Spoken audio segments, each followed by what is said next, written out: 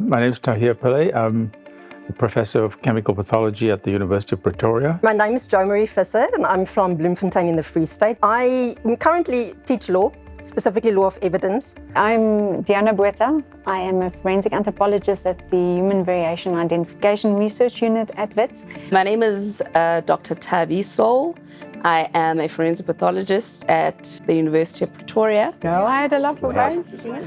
Well, As such. okay, let's start.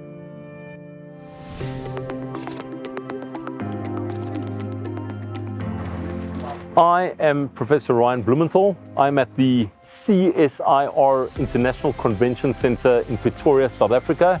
It is the ASFM conference, which is the African Society of Forensic Medicine conference. And gathered here are some of the world's top forensic medical experts. Join us on this special journey to discover what it's like in their world.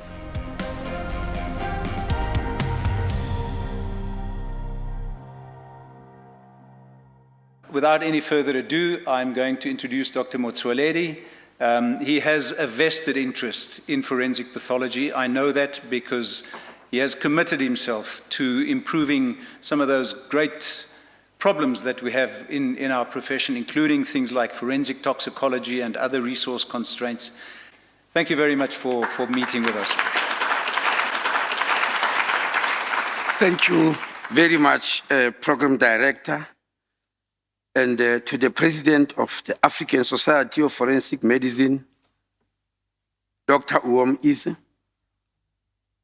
Dr. Donna Musima, the Acting Secretary of ASFM, and Dr. Robert Ngude, Chairperson of the Local Organizing Committee, distinguished guests, ladies and gentlemen, members of the media, good morning. The theme of this conference, Reimagining Forensic Practice for a United Africa, reflects forward thinking. You have recognized that in this unstable, unpredictable, and fractious world, we need to look at our work not only through the lens of innovation, but also through adaptability. The world's top forensic medical experts are gathered here at the CSIR Pretoria to discuss how international collaboration can advance forensic medical science. Very important. It's very important, and that's why we have all these conferences. I mean, the present conference, involves a lot of colleagues from North America mainly, not only also from Far East, India, and Europe.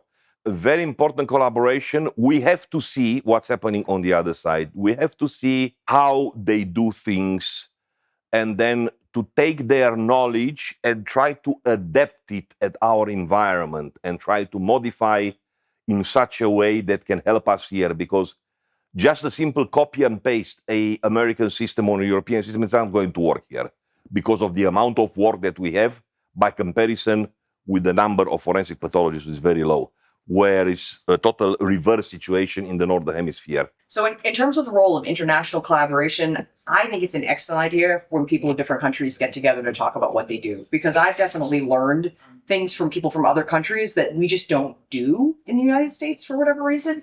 And I've sort of been blown away, sort of like, wow, like I never would have thought about doing stuff like this.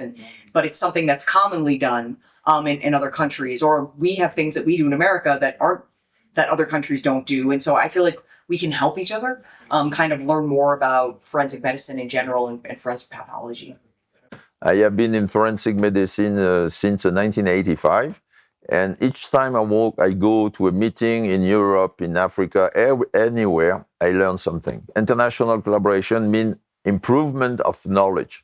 And also we are influenced by experience of foreign country, and we can try to help each other. For instance, in France, when I started forensic medicine, the level of autopsy quality was bad because we were performing very few. So I went to LA and I spent 8 months there, and then I got much better in the autopsy. But right now, I think that the French can give an example to the US for the care of a living victim because we are more advanced than them. So it is a collaboration. statistical methods such as multiple imputation can be utilized to estimate missing data rather than excluding it. So we utilized a software tool that works with medical images. This is Mavis Lab. The statistical analysis was conducted using Starter Corp software, ensuring that we accurately analyze and interpret the data. Why do we need forensic pathologists? What good are forensic pathologists for society? I think in the first instance, we live in, sadly, a very, if not violent, but a world where between 10 and up to 15% of the population will die a non-natural death, meaning their lives will be shortened by an event that was perhaps not supposed to happen. And therefore, we need, under those circumstances, people who will objectively and competently investigate those deaths. On the one hand, to make sure that there is administration of justice, because that is what we primarily seek to do, is to facilitate the administration of justice. But at the same time, we investigate many unexpected and unexplained deaths. And it would be terrible if family members, parents, children do not know what their parents or what their children died of. If we simply said, well, we think it was a heart attack, or we think it was food poisoning, or whatever the case may be. So I think it provides a lot of solace to society to be able to be given an answer, not just about what the cause of death was, but some further details that will inform decision-making down the line.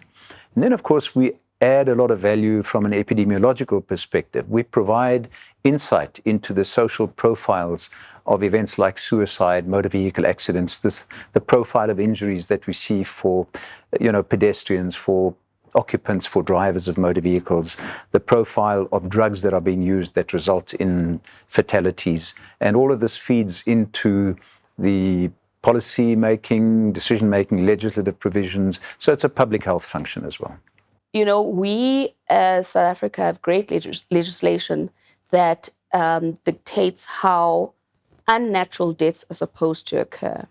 There is a process that is legally mandated that should a person die from a non-natural cause of death, their death must be investigated by the police and forensic pathology services in the entire medical legal investigation of that death. But what is truly lacking is that all deaths in South Africa are not scrutinized by an independent central body that looks as to whether, yes, we know this person died of natural causes, but was there accurate clinical management in the case? And moreover, the death notification form that is then filled, is it accurately and properly filled in order to reflect the statistics of our country? So my sense is that if we want to move further as a country, we need to have this independent review audit of all deaths that happen in our country, regardless of whether it's natural or unnatural, in order to ensure that justice is served for the entire public. There was a paper published about SIDS running in families by a Dr. Alfred Steinschneider, and he published this one woman, she had these 5 children that all died of SIDS, and then eventually when she was confronted, she admitted that she suffocated all of them. And I will ask many of you today to talk to me about your dismemberment cases and what you have done with them. Africa has unique social, cultural, and legal context. How can some of the world's top forensic minds address these issues? Yeah, actually, I made a presentation in the opening speech saying that there are several challenges. First of all, we have weak legal systems. I'm talking generally about Africa. There could be weak general systems. There is inadequate forensic pathologists or forensic or medical legal experts and medical experts. For example, I think South Africa, a country of almost 60 plus million, has only about 60 plus forensic pathologists. So you can see that there's inadequate expertise and specialists. Then across Africa, different countries, if you think and talk about it, there are cultural and religious barriers. There are beliefs that are against, for example, performing of postmortems. Okay, there is inadequate funds. You are aware, even in many countries, there's lack of funds. Okay, the public health and the health system is not well funded. So forensic pathology or medical legal death investigation and forensic medicine is also affected in the sense that there's little money that is budgeted for activities that we do. Well, that is the most amazing thing about forensics. It transcends all cultures. It is about pure science. Science works just as well here as it would in the Americas, as it would in North Africa, East Africa, West Africa, or the Middle East or the East. Science is science. It transcends all boundaries, cultural, religious, etc. What I've realized about many of our jurisdictions is the law is so old. Some of these legal underpinning which autopsies work under are very old and they need to be amended. I find that, like for example, my country, the law which is there give police a lot of power when it comes to autopsy services.